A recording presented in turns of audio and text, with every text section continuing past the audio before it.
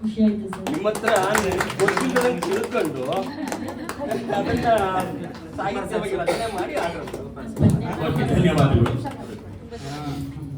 ನಿಜವಾಗ್ಲೂ ನಾವು ಎಲ್ಲ ಇದ್ದು ಕೂಡ ಈ ತರ ಸಾಧನೆ ನಾವು ಮಾಡ್ತಾ ಇಲ್ಲ. ಮೇಡಮ್ ಅವರು ಈ ತರ ಇದ್ದು ಕೂಡ ಮಾಡ್ತಾ ಇದ್ದಾರೆ ಅಂದ್ರೆ ಇವ್ರನ್ನ ನೋಡಿ ನಾವು ಕಲಿಬೇಕಾಗುತ್ತೆ. ಅದಕ್ಕೆ ನನ್ನ ಮೇಡಮ್ಗೆ ತುಂಬಾ ಅಭಿನಂದನೆಗಳು ಹೇಳ್ತಾ ಇದ್ದೀನಿ. ಯಾಕಂದ್ರೆ ಇಂಥವರು ಒಂದು ಸಹೋದರಿ ನಮ್ಗೆ ಸಿಕ್ಕಿದ್ರೆ ಅಂತ ನನಗೆ ತುಂಬಾ ಖುಷಿ. ಯಾವ ಇವೆಂಟ್ಗೂ ಇಷ್ಟು ಖುಷಿಯಾಗಿ ನಾವು ಬರಲ್ಲ, ಹೋಗೋಣ ಬೇಡವಾ ಅನ್ಸುತ್ತೆ. ಆದ್ರೆ ಈ ಇವೆಂಟ್ಗೆ ನಾನು ಅಷ್ಟು ದೂರದಿಂದ ಓಡ್ ಬಂದಿದ್ದೀನಿ, ನಿನ್ನೆ ಪ್ರೋಗ್ರಾಮ್ ಹಾಕಿದ್ದೀನಿ. ಅಷ್ಟು ನನಗೆ ತುಂಬಾ ಆತ್ಮೀಯ ಸಹೋದರಿ, ತುಂಬಾ ಖುಷಿ ಆಗುತ್ತೆ. ಈ ಮೇಡಮ್ಗೆ ನಾನು ಇನ್ನೂ ಎಲ್ಲಾ ಕಡೆನೂ ಇವ್ರಿಗೆ ಇವ್ರ ಸಾಧನೆ ಹೇಳ್ಬೇಕು. ಕೋಟಿಗೊಬ್ಬರು ಅಂತ ಹೇಳಿ ಮೊದಲಿಗೆ ಹುಟ್ಟುಹಬ್ಬದ ಶುಭಾಶಯಗಳನ್ನ ಮತ್ತೊಮ್ಮೆ ಕೋರ್ತಾ ಇದ್ದೀನಿ ಸುಧಾ ಮೇಡಮ್ಗೆ. ಇವತ್ತು ನನ್ನ ಮಗಳದು ಹುಟ್ಟುಹಬ್ಬ ಇತ್ತು. ಇವತ್ತು ಕೂಡ ನಮ್ಮ ಮಿಸಸ್ ತಾಯಿನ ಜೊತೆ ಕಳಿಸ್ಬಿಟ್ಟು ಇವರು ಹುಟ್ಟಹಬ್ಬಕ್ಕೆ ವಿಶ್ ಮಾಡಬೇಕು ಅಂತಲೇ ಬಂದಿದ್ದೀನಿ ಇಲ್ಲಿಗೆ. ಹಂಗಾಗಿ ಈವೆಂಟಿಗೆ ಬರೋಕ್ಕೆ ತುಂಬ ಖುಷಿ ಆಯಿತು. ಈವೆಂಟ್ ಅಂದರೆ ಎಲ್ಲಾನು ಸೇರಿಸ್ಬಿಟ್ಟು ದುಡ್ಡು ಕಲೆಕ್ಟ್ ಮಾಡ್ಕೊಂಡು ಒಂದು ಬಿಸ್ನೆಸ್ ಮಾಡ್ಕೊಂಡ್ಬಿಟ್ಟಿದ್ದಾರೆ ಇವಾಗ.